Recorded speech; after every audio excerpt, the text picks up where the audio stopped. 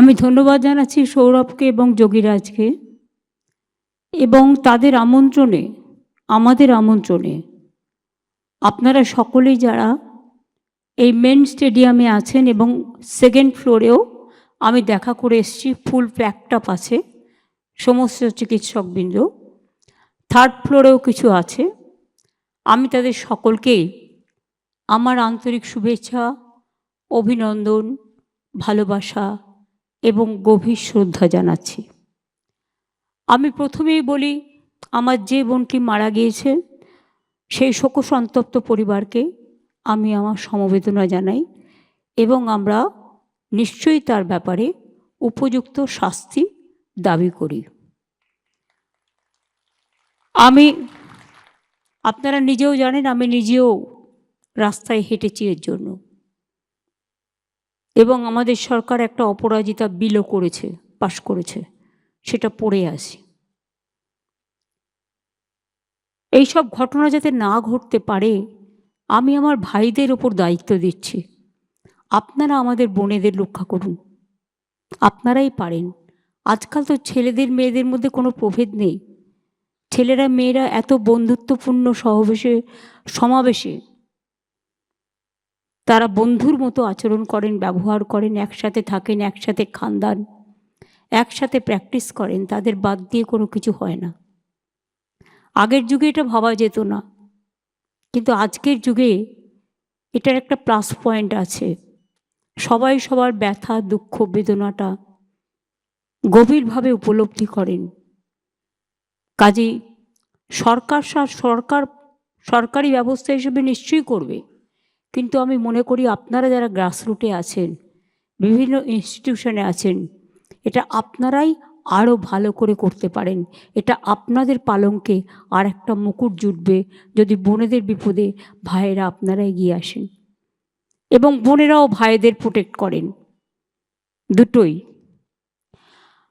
আজকের যে সভা তারা অর্গানাইজ করেছেন সৌরভ যোগীরা মিলে, আমাদের গ্রিভ্যান্সেস সেল, রিড্রেসাল গ্রিভ্যান্সেস সেল, তারা অনেক জেলায় জেলায়ও ঘুরেছেন এবং তারা রীতিমতো চিফ সেক্রেটারি মনোজ পন্থ এখানে আছেন, হোম সেক্রেটারি আমাদের নন্দিনী আছে, হেলথ সেক্রেটারি আমাদের নারায়ণও আছে, ডিজি পুলিশ রাজীব কুমার আছেন এবং কলকাতা পুলিশ কমিশনার মনোজ ভার্মাও আছেন, সাথে আরও অনেক অফিসাররাও আছেন। আমি আপনাদের সকলকে, জুনিয়র সিনিয়র সকল চিকিৎসকদের, আমি আপনাদের সরকারি বেসরকারি যারা উপস্থিত হয়েছেন আপনাদের সকলকে অনেক অভিনন্দন জানাচ্ছি। স্বাস্থ্যের আর এক নাম সেবা, তার কারণ যখন মানুষ বিপদে পড়ে তখন আপনাদের কাছেই ছুটে যান, আর্তনাদ করেন, পরিবার পরিজন অপেক্ষা করেন। আপনাদের একটু ভালোবাসার ছোঁয়া পেলে তারা অনেকটাই নিজেদের ধন্য মনে করে।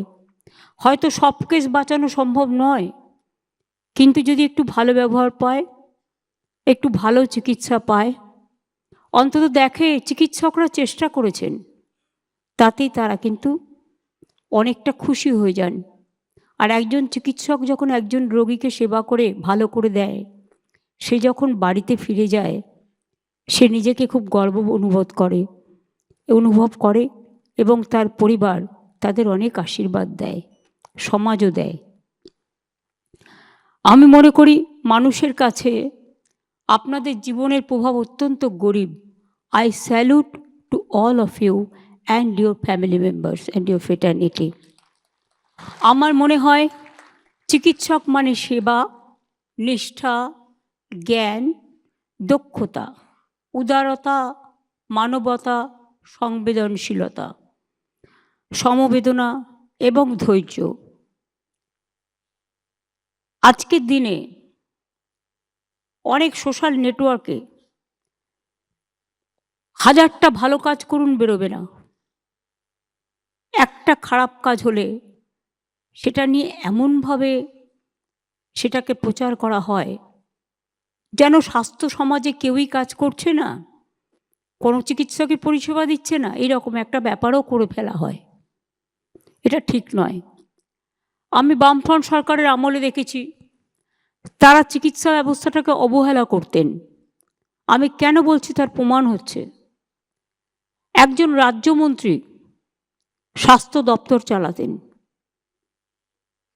তার কিছুই করার ছিল না, কোনো রকম চলতো টিমটিমিয়ে স্বাস্থ্য ব্যবস্থা। আমি কেন নিজের কাছে স্বাস্থ্য দপ্তর রেখেছিলাম তার একটাই কারণ,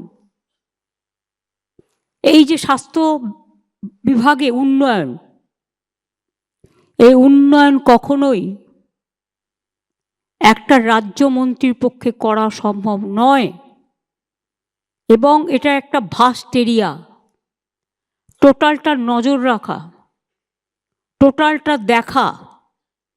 এবং আপনারা নিজেও জানেন আজকাল কত ফেক ভিডিও যেমন বেরিয়েছে, ফেক মেডিসিনও বেরিয়েছে, নানা রকম লোভ এত বেড়ে গেছে, একটা ভালো কাজকে খারাপ করে দিতে 1 সেকেন্ড লাগে। অপপ্রচারটা এত বেশি আজকের দিনে হয়, আগে তো সোশ্যাল নেটওয়ার্কটা ছিল না। সোশ্যাল নেটওয়ার্কের প্লাস দিকটাও যেমন আছে, মাইনাস দিকটাও আছে। কাজেই এটা সামলানো, যদি ডক্টরস কমিউনিটি এক হয়, রাজনীতির ঊর্ধ্বে ওঠে। কারণ আপনাদের রাজনীতি নেই, আপনাদের রং রাজনীতির রং নয়, আপনাদের রং একটাই, সে রংটা হচ্ছে মানবতার এবং সেবার। এবং আমরা মনে করি আমরা আসার পর আপনারা ছিলেন বলেই, এটা আপনাদের কৃতিত্ব, আমার নয়, আমাদের নয়।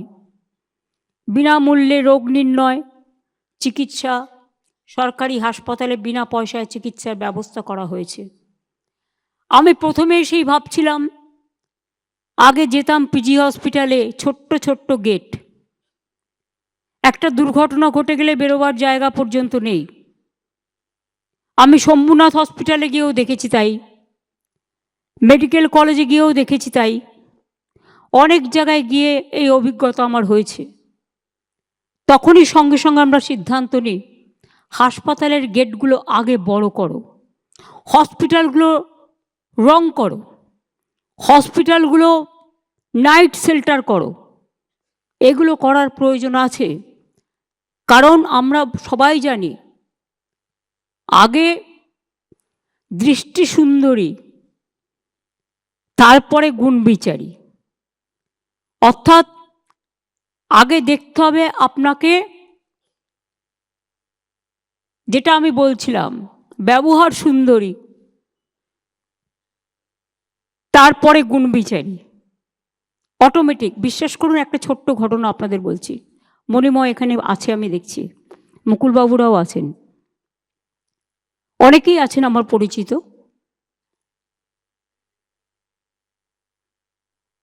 প্রতুলদা যখন অসুস্থ ছিলেন কদিন আগে, সিনিয়র ডাক্তাররাও আছেন যারা তার ট্রিটমেন্ট করেছেন, তারা তাদের সাধ্যমতো চেষ্টা করেছেন। তিনি 2 দিন রেসপন্ড করছিলেন না, কারোর সাথে কথা বলেননি। আমি জেনারেলি আইসিইউ আইটিইউগুলো অ্যাভয়েড করি, কারণ ওই অবস্থায় দেখতে আমার ভালো লাগে না। আমি মৃতদেহের কাছে কম যাই, কারণ আমি মনে করি আমার জীবন্ত মুখটাই বেঁচে থাকুক, মৃত্যুর মুখটা নয়। কিন্তু এসব শুনে আমার হঠাৎ মনে হলো একবার চেষ্টা করে দেখি না, যদি রেসপন্ড করে একবার। আমি গেলাম, আমার সাথে মনে ছিল, আমার সাথে বিশ্ব ছিল, একজন সাংবাদিক, অন্যান্য সিনিয়র ডাক্তাররা যারা এখানে বসে আছেন সবাই ছিলেন। আমি গিয়ে প্রতুলদাকে ডাকলাম, ডেকে বললাম, প্রতুলদা, ও প্রতুলদা, আমি মমতা। বিশ্বাস করুন, যে লোকটা 2 দিন রেসপন্ড করেনি, ওই যে বলেন অনেক সময় সাইকোলজিক্যাল ট্রিটমেন্ট তাকে অনেক সময় ফিরিয়ে আনে। চোখ খুললেন, চোখ দুটো জলে ভরে গেল। আমি ওনার আঙুলগুলো টিপে দিচ্ছিলাম, হঠাৎ পালসটা ড্রপ করে গেল 95 থেকে 93-এ। তখন ডাক্তাররা বললেন স্ট্রেস হচ্ছে, ওই যে রেসপন্ডটা করেছে ফলে ওনার হৃদয়ে একটা ব্যথা হচ্ছে, চোখ দিয়ে জল বেরিয়ে গেছে। আইলাম, পুতুলদা আপনাকে আমি বাংলার গান গাইতে হবে, আপনি চলে গেলে কে গাইবে? বিশ্বাস করুন, দুটো হাত তুলে, জানি না উনি আশীর্বাদ করলেন কি না, ইশারায় বললেন আর গাইতে পারবেন না। তখনই আমি বুঝে গিয়েছিলাম যে পুতুলদা হয়তো আর পাচ্ছে না সহ্য করতে কষ্ট। উনি একটি দুরারোগ্য ব্যাধিতে আক্রান্ত হয়েছিলেন শেষের দিকে, এবং কোনো উপায় ছিল না অপারেশন না করে। এর আগেও 3-4 বার তাকে ভালো করে নিয়ে আসা হয়েছিল। কাজেই এই একটি ছোট্ট ঘটনা আমার মনে রেখাপাত করেছিল যে দেখুন, অনেক সময় বলে না যে মানুষ মরে গেলেও, আমি জানি না, এই মরণের পারে একটা বইটা পড়েছিলাম, বই থেকে জেনেছি, ব্যাখ্যা দেওয়ার মতো জায়গা আমার নেই, কারণ আমি এটা নিয়ে রিসার্চ করিনি, আমি জাস্ট একটা বইয়ের কথা বলছি। বলছে আত্মা মারা গেলেও, একটা মানুষ মারা গেলেও তার মধ্যে কিন্তু একটা বোধ থাকে। তার বাড়ির লোকেরা যখন কাঁদে, আত্মীয়রা কাঁদে, তার মনে দুঃখ আসে, কিন্তু বলে কেঁদো না কেঁদো না, তার প্রাণটা কিন্তু থাকে অনেকক্ষণ। এগুলো হয়তো সবই রিসার্চের ব্যাপার, আমার বলার কিছু নেই, কিন্তু আমি বলছি এটা একটা মানবিকতার দিক থেকে। আমাদের রোগীর সংখ্যা অনেক বেড়ে গেছে, আমরা অনেকগুলো যুগান্তকারী সিদ্ধান্ত আপনাদের সাহায্যে নিয়েছি। স্বাস্থ্য ইঙ্গিত অর্থাৎ টেলিমেডিসিন, প্রতিদিন গড়ে ৭৫,০০০ লোককে আপনারা চিকিৎসকরা টেলিমেডিসিনের মাধ্যমে তাদের গাইড করেন। আমরা জানি অনেক ছোটোখাটো অসুখ আছে যেগুলো একটু গাইড করলে প্রাইমারি কাজটা হয়ে যায়, এবং এখনো পর্যন্ত, এটা আমরা শুরু করেছি জাস্ট 1 বছর 1.5 বছর হলো, 4,82,00,000 লোককে টেলিমেডিসিনের মাধ্যমে আপনারা সেবা দিয়েছেন। এটা বড় কাজ, বিশ্বাস করুন। আমিও বাড়িতে যেটা করি, আমরা ছোটোখাটো ব্যাপারে হট করে ডাক্তারের কাছে যাই না, এতে হয়তো অনেক সময় খারাপও হয়ে যায়, কিন্তু আজকাল জেনারেল নলেজে চট করে একটা কিছু হলে লোকে চেষ্টা করে তার বাড়িতেই ট্রিটমেন্টটা করে নেওয়ার, ছোটোখাটো ট্রিটমেন্ট যেটা পারা যায়। স্বাস্থ্যসাথীর সাফল্য আপনাদের বিরাট অবদান আছে, আপনাদের অনেক অভিনন্দন জানাই। প্রায় 9 কোটি মানুষের পরিষেবায় এসছেন। তাছাড়াও বেসরকারি হাসপাতালেও অনেক হাসপাতালে স্বাস্থ্যসেবার সুযোগ আছে। আমাদের আমলে দেশের সেরা পাবলিক ইনফ্রাস্ট্রাকচার হেলথের এখন বাংলায়। সরকারি বেসরকারি মিলিয়ে প্রায় 38টি মেডিকেল কলেজ, 42টি সুপার স্পেশালিটি হসপিটাল। আমি আসার পরেই এটা প্ল্যান করেছিলাম। 13,500টির বেশি সুস্বাস্থ্য কেন্দ্র হয়েছে, আরও আগামী দিন 12,000 হবে। 71টি এসএনসিইউ, যেটা মাত্র 6টা ছিল আমরা যখন এসেছিলাম। 286টি এসএনএসইউ, এটা সবটাই নতুন করে করা হয়েছে। 76টি সিসিইউ, গ্রামে আগে জেলায় জেলায় এসডি মানে সাব ডিভিশনে বা ডিস্ট্রিক্ট হসপিটালে ছিল না।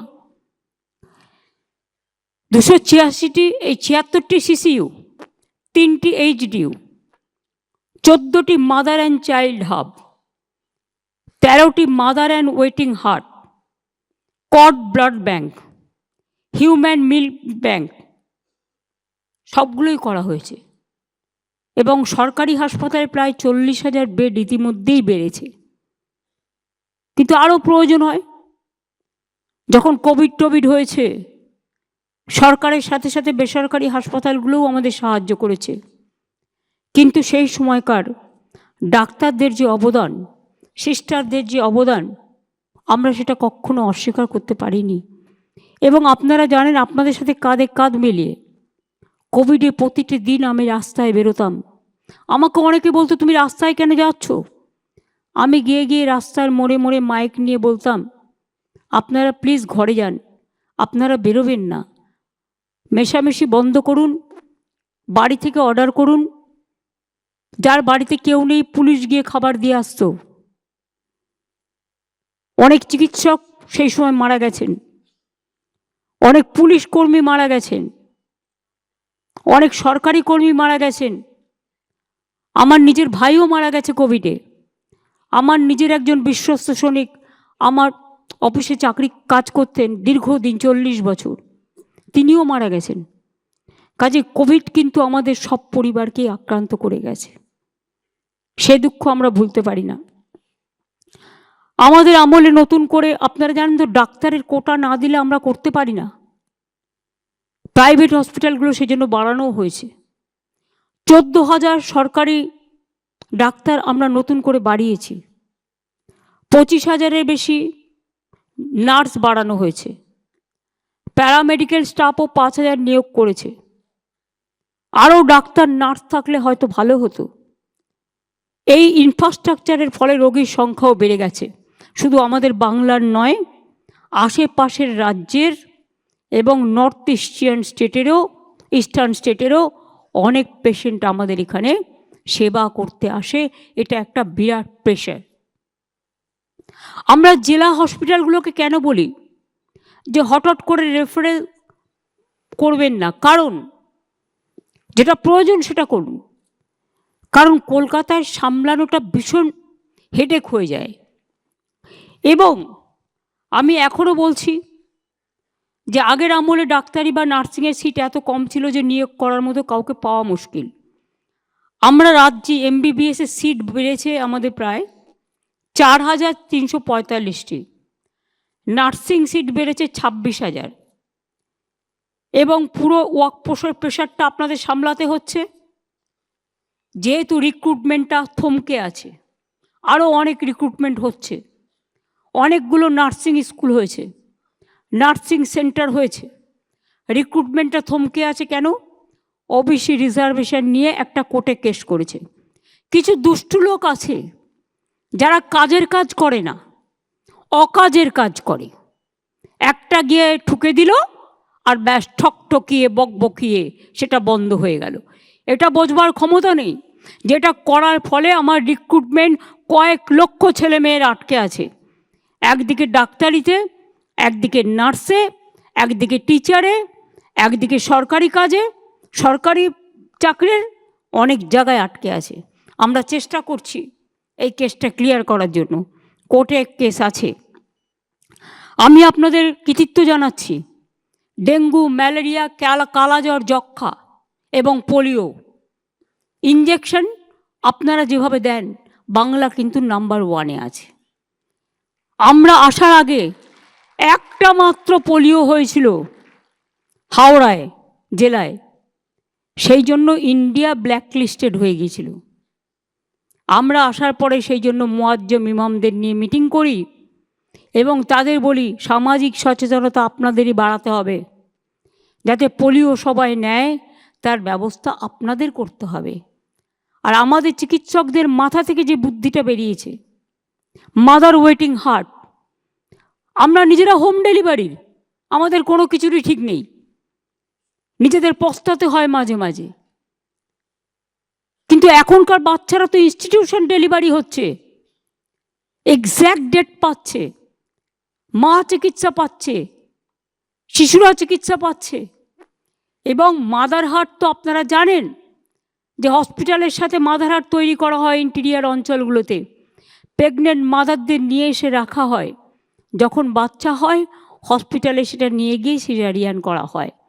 এবং ইনস্টিটিউশন ডেলিভারি সেই জন্য প্রায় 60% সম্ভবত সেখান থেকে বেড়ে আজকে 99% হয়েছে।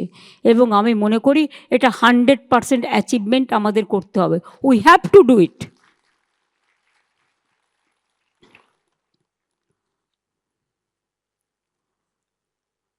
এবং আপনারা এত ভালো কাজ করেন বলেই আপনারা হার্ট অপারেশন, আমাকে যে যতই বিদেশ দেখাক, আমি মনে করি আমার দেশে যা আছে, বাংলার যে মেধা আছে, বাংলার যে প্রতিভা আছে, বাংলার যে নলেজ আছে, বাংলার যে ইনফ্রাস্ট্রাকচার আছে, সেটা আমাদের থেকেই কিন্তু ওরা ধার নেয় এবং আমরা কখনো কখনো ধার নিই। ভালো কাজ সবসময় ধার নেওয়া উচিত, কিন্তু এটা ঠিক যে এমনি দয়া করে কেউ কাউকে নেয় না। তার প্রতিভা আছে বলেই, মেধা আছে বলেই তাকে কিন্তু নেওয়া হয়। সরকারি ডাক্তারদের রিটায়ারমেন্ট এজ আপনারা জানেন 60 থেকে 65 বছর হয়েছে। Already junior doctor, intern, house staff, PGT এবং পোস্ট ডক্টর ট্রেনিং জিডিএমওদের স্যালারি দ্বিগুণের বেশি বৃদ্ধি করা হয়েছে। ডাক্তারদের জন্য আরজিকর পিজি মিদনাপুর মেডিকেল কলেজেও হস্টেল তৈরি করা হচ্ছে। লেডি ডাক্তারদের জন্য 150 কোটি টাকা দিয়ে 5টি হস্টেল তৈরি করা হচ্ছে। এছাড়াও কয়েকটা জায়গায় হস্টেলের অবস্থা খারাপ। আমি ন্যাশনাল রুরাল হেলথ মিশন থেকে হস্টেলগুলো বলবো করে দিতে, এবং প্রাইমারিতেও যারা রেসিডেন্সিয়াল ডক্টর থাকে বা বিএমওএইচরা থাকে, সেই সব হস্টেল, সেই সব জায়গাগুলো টেক ওভার করো এবং আস্তে আস্তে এক ফেসে তো সব হতে পারে না। টাকা পয়সা অনেকটাই বন্ধ করে দেওয়া হয়েছে আমাদের। 1,75,000 কোটি টাকার উপর আমরা পাই আমাদের পাওনা টাকা, আর আমরা নতুন করে ট্যাক্স তুলতে পারি না, কারণ এখন একটাই ট্যাক্স, জিএসটি ট্যাক্স। এই ট্যাক্সটা তুলে সেন্ট্রাল আমাদের যেটা ভাগ দেওয়ার কথা সেটা কিন্তু আমাদের ভাগ দেয় না। তা সত্ত্বেও আমরা চেষ্টা করি করবার। আমাকে গ্রিভ্যান্সেস সেল কয়েকটা সাজেশন দিয়েছেন। একটা হচ্ছে ইন্টিগ্রিটি অফ ইউনিভার্সিটি এক্সামিনেশন, এটা অলরেডি চালু হয়েছে এবং আমার মনে হয় এতে আপনাদের মর্যাদা বাড়বে, মর্যাদা কারো ক্ষুণ্ণ হবে না। আপনারা ভালো করে পড়াশুনো করে একদিন বিশ্বের মাঝারে সেরা ডাক্তার তৈরি হবেন এবং আমরা এটা চাই আপনারা আমাদের গর্বের বাংলা, গর্বের বিশ্ব বাংলায় পরিণত হোক। এটা আমি অলওয়েজ চাই, এটা আমার মনের স্বপ্ন, এটা আমরা কন্টিনিউ করব। আমি সব প্রপোজাল মানতে না পারলেও সিম্প্যাথি তো আমার নিশ্চয়ই আছে। একটা ওরা বলেছিল সিকিউরিটি রিলেটেড ইস্যু, এটা আমি রাজীব আছে, মনোজ আছে, কিছু এক্স সার্ভিসম্যানকেও নিয়ে নাও, কারণ আমরা যেহেতু রিক্রুটমেন্টটা এখন করতে পারছি না, আটকে আছে, থমকে আছে, তাদের দিয়েও আমরা অনেক জায়গায় কাজ করাতে পারি। এবং আমার মনে হয় যে এটা দেখা উচিত যতটা সম্ভব। পুলিশকে আরেকটু ভিজিল হতে হবে, মোবিলিটি বাড়াতে হবে, দরকার হলে মোবাইল ভ্যান বেশি করে বাড়িয়ে দাও। আগে পুলিশ 3-4 বার রাস্তায় টহল দিত, ইদানিং একটু দেখা গেছে ক্রাইম যারা করে cyber crime is a dangerous crime. তুমি মোবাইল দিয়ে ঘুরলে হবে না, তোমাকে স্পন্টেনাস বুদ্ধিটাকে কাজে লাগাতে হবে। You have to be very tactful, এবং তোমাকে পুলিশকে সাইবার ট্রেনিং দিতে হবে।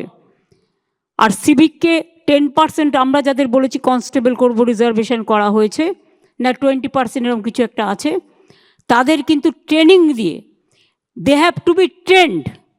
সুতরাং তাদের আমরা ট্রেনিং দিয়ে যদি হোমগার্ডে পরিণত করতে পারি তবেই তারা কিন্তু ব্যাপারটা বুঝবে। এখন তাদের না আছে ইধার, না আছে উধার, তারা জানেই না তাদের কি কাজ করা উচিত। আমি অনেক সময় দেখি রাস্তা দিয়ে যাই, বিশ্বাস করুন আমি কখনো পুলিশকে বলি না আমার গাড়ি গেলে একটাও গাড়ি আটকাবে। আমি পছন্দ করি ট্রাফিক জ্যামে দাঁড়িয়ে থাকা। মানুষ যদি দাঁড়াতে পারে তাহলে ট্রাফিক সিগন্যাল থাকলে আমি কেন দাঁড়াতে পারবো না? আমি কোন হরিদাস যে আমি দাঁড়াতে পারবো না? আমি এটা পছন্দ করি। কিন্তু কেউ কেউ মনে করে এই তুমি চলে যাও, এই ওদিকে চলে যাও, আমার ভালো লাগে না। আমি বলতে বলতে ফেড আপ হয়ে যাই। আমি মনে করি গতি চললে, গাড়ি চললে তবে মানুষের গতি এগিয়ে যায়। একজন ভিআইপি যাবে বলে অন্য গাড়িগুলো বন্ধ করে দিয়ে মানুষের 1 ঘন্টা 2 ঘন্টা লেট করে দেওয়া, তাদেরও অনেক কাজ থাকে। মনে রাখবে আমরা গ্রিন করিডর করার প্রয়োজন পড়ে না যদি আমরা ঠিকমতো এটা করি। কোনো ভিআইপি জন্য গাড়ি বন্ধ থাকবে না। অনলি একটা আমার মনে হয় যেটা ক্রসিংগুলো আছে, ধরুন একটা গাড়ি যাচ্ছে ইম্পর্টেন্ট, দুটো ক্রসিং, ওই ক্রসিং দিয়ে ঢুকে যেতে অ্যাক্সিডেন্ট করে দিতে না পারে। আজকালকার দিনে অ্যাক্সিডেন্টটাও বেড়ে গেছে, সেই জন্য সঠিক পদক্ষেপ নেওয়ার প্রয়োজন আছে। সেফ ড্রাইভ সেফ লাইফটা ভালো করে করতে হবে। এবং ওই গলির কর্নারগুলোতে ওয়াচ টাওয়ার লাগাও। দরকার হলে এমপিদের বলো, এমএলএদের বলো, এমপি ল্যাডের টাকা দেবে, এমএলএ ল্যাডের টাকা দেবে, তাদেরও তো একটা সামাজিক কন্ট্রিবিউশনের ব্যাপার আছে। আমি নিজে এটা করি, আপনারা বিশ্বাস করবেন না। এই যে মিউজিকে গান হয় টপিক স্ট্যান্ডে, এই যে বাস স্ট্যান্ডগুলো তৈরি করে দেওয়া, এই যে স্কুলের সামনে ছেলে মেয়েদের বসা, এই যে কেওড়াতলা শ্মশান থেকে শুরু করে জল সৌন্দর্য তৈরি করা, এগুলো আমি এমপি ল্যাড থেকে প্রথম করেছিলাম, তারপরে গভর্নমেন্ট এখন এটা করে। কিছু কিছু জিনিস আমাদের ভাবতে হবে। একটা তারা দিয়েছে sports and cultural event. Of course আপনাদের মানসিক বিকাশের প্রয়োজন আছে, শান্তির, মনটাকে এনজয় করা। আপনার এন্টারটেনমেন্ট জগতে যেতে পারেন না, কারণ আপনাদের সময়টা চলে যায় চিকিৎসা করতে, কিন্তু আপনাদের মধ্যেও খেলাধুলা করতে ভালোবাসেন, আপনারাও সাংস্কৃতিক চর্চা করতে ভালোবাসেন। পিজিতে যেমন আমায় বলেছিল, আমি সঙ্গে সঙ্গে একটা মাঠ করে দিয়েছি। আমি নারায়ণকে বলবো 2 কোটি টাকা স্যাংশন করতে প্রত্যেকটা মেডিকেল কলেজ এবং হসপিটাল, যাতে তাদের কালচারাল অ্যাক্টিভিটিস এবং স্পোর্টস করতে পারে এবং তাদের মধ্যে কম্পিটিশান হোক এবং এই কম্পিটিশানে তাদের অ্যাওয়ার্ড দেওয়া হোক। আমি এটা চাই, তারা উঠে আসুক। এবং college to college competition, hospital two hospital competition, এগুলো ইউথ অ্যান্ড স্পোর্টস ডিপার্টমেন্ট থেকে, এবং জেলায়ও যারা কাজ করে তারাও খুব ইম্পর্টেন্ট। কলকাতা জেলাকে ব্লককে মিলিয়ে দিতে হবে। সবার সাথে সবার মিলন হলে তবেই তো আদান প্রদানটা বাড়বে এবং তবেই তো একে অপরকে সুস্থ রাখবে। ইএসআই কর্পোরেশনের ডাক্তারদের কিছু গ্রিভ্যান্সেস আছে, এটা আমি নারায়ণকে বলবো সিএসের সাথে কথা বলে এটা দেখব, আমরা নিশ্চয়ই দেখব। কোনো ডিসক্রিমিনেশন আমরা কখনোই ভাবতে পারি না। একটা দাবি ওরা দিয়েছে বিএমওএইচদের ভিডিও সমান 1 মান্থ করার জন্য, সেটা আমি করতে পারবো না। 500 টাকা আমি করে দিচ্ছি। ওদের 1 মাসের দেওয়া হয়, এদের 500 দিনের, এদের 15 দিনের দেওয়া হবে, অর্থাৎ 15 দিনের এক্সট্রা তারা পাবে যারা বিএমওএইচ আছেন। আমি intern, house staff, post graduate trainee, post doctorate trainee সবার জন্য 10,000 টাকা করে বাড়িয়ে দেওয়ার ব্যবস্থা করলাম।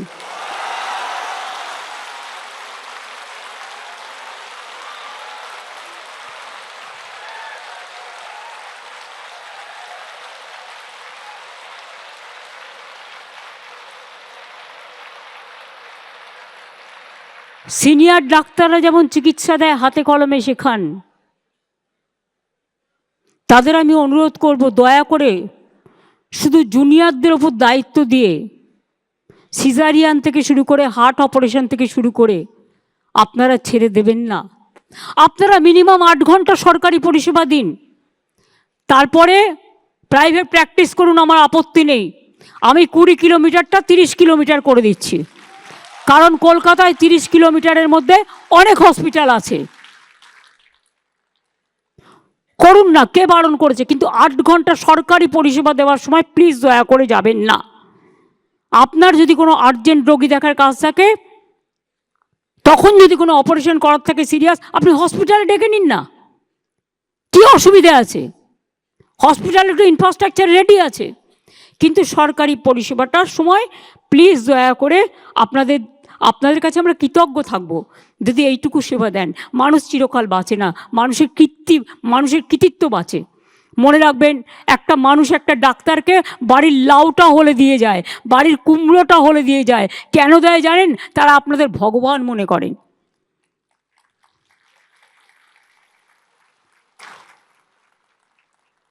মেদিনীপুরে যে কেসটা হয়েছিল, নিশ্চয়ই নেগলিজেন্স ছিল, সেটা তদন্ত হচ্ছে। তদন্ত রিপোর্ট হাতে নেওয়া পর্যন্ত আমি কিছু বলবো না। জুনিয়র ডাক্তারদের কয়েকজনকে সাসপেন্ড করা হয়েছিল এবং তাদেরও পুলিশ রিপোর্ট নিয়েছে। হয়তো তাদের মধ্যে এটা ঠিক, তারা এখনো পাকাপোক্ত হয়নি, তাদের উপর ছেড়ে দিয়ে যাওয়াটাও ঠিক হয়নি। একতরফাভাবে তারাও সাসপেন্ড হয়েছিলেন, কিন্তু জুনিয়র ডাক্তাররাও একদিন সিনিয়র হবে, তাদের ভবিষ্যতের দিকে তাকিয়ে আমি জুনিয়র ডাক্তারদের সাসপেনশনটা উইথড্র করে নিচ্ছি।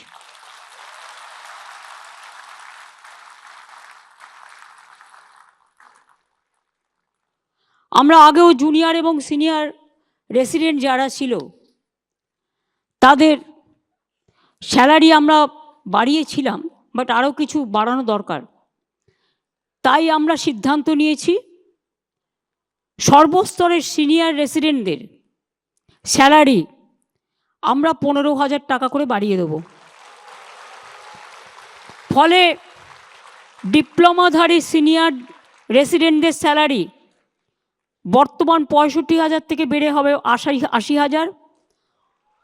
পোস্ট গ্র্যাজুয়েট সিনিয়র রেসিডেন্টদের স্যালারি বর্তমানে 70,000 থেকে বেড়ে হবে 85,000। আর পোস্ট ডক্টরেট সিনিয়র রেসিডেন্টদের স্যালারি বর্তমানে 75,000 থেকে বেড়ে হবে 1 লাখ।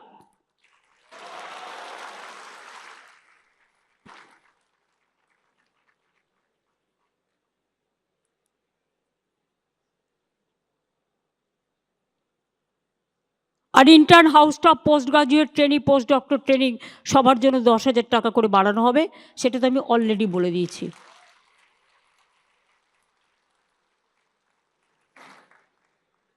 আর কিছু নেই তো পয়েন্ট। সাইডটা আমরা দেখে নেব।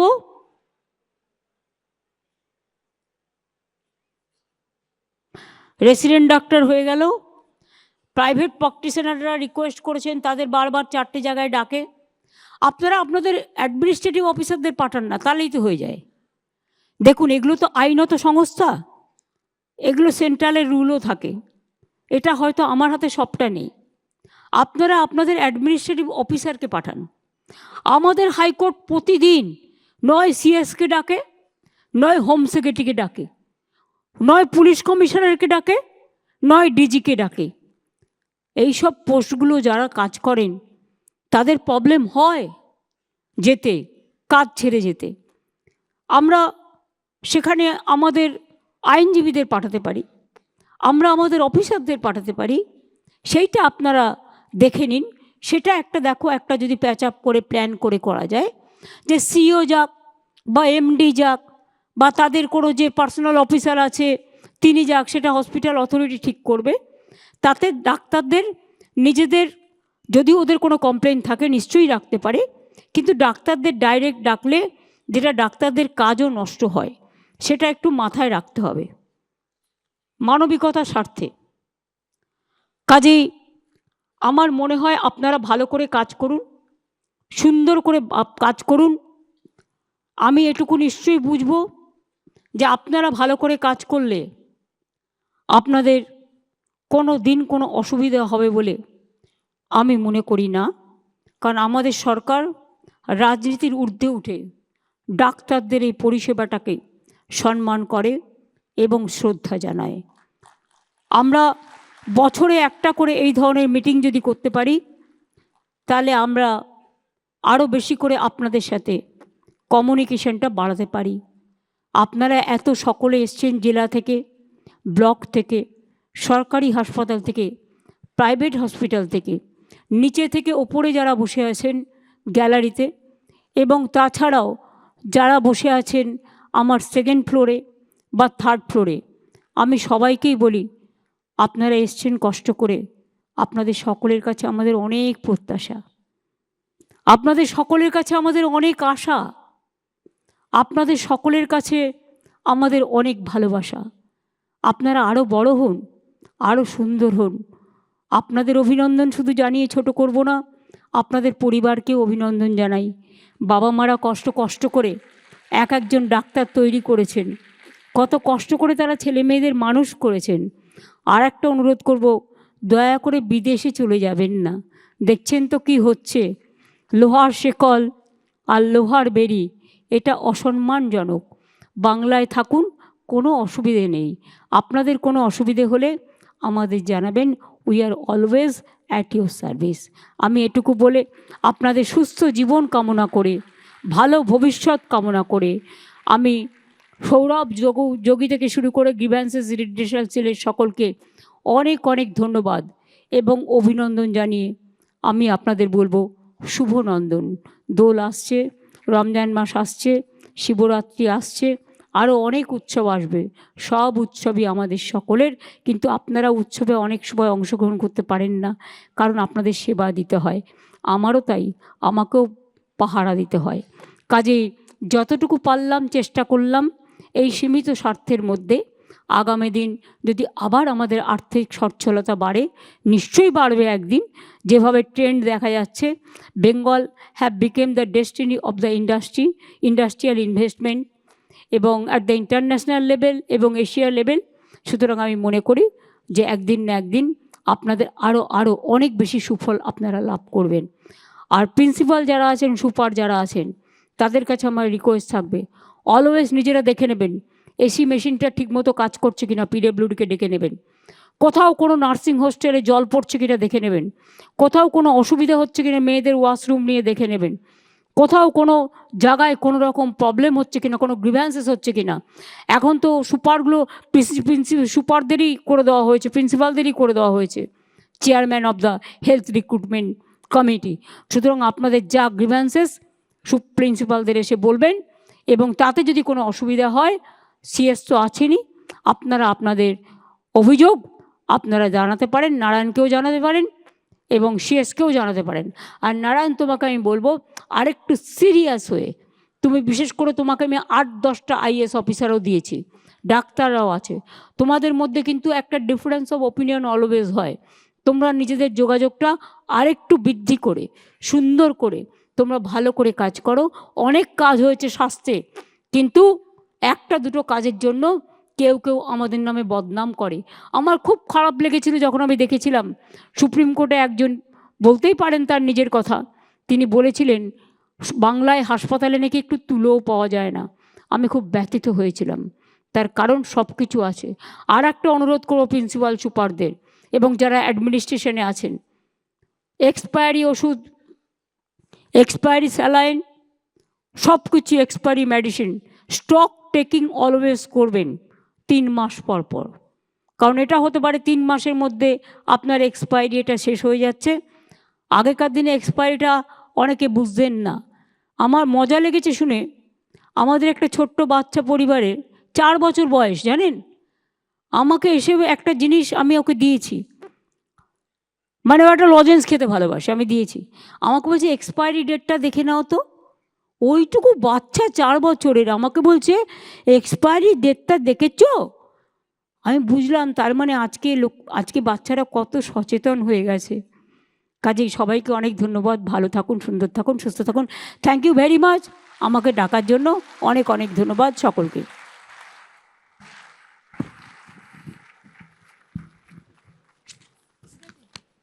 অসংখ্য ধন্যবাদ মাননীয় মুখ্যমন্ত্রী আপনাকে।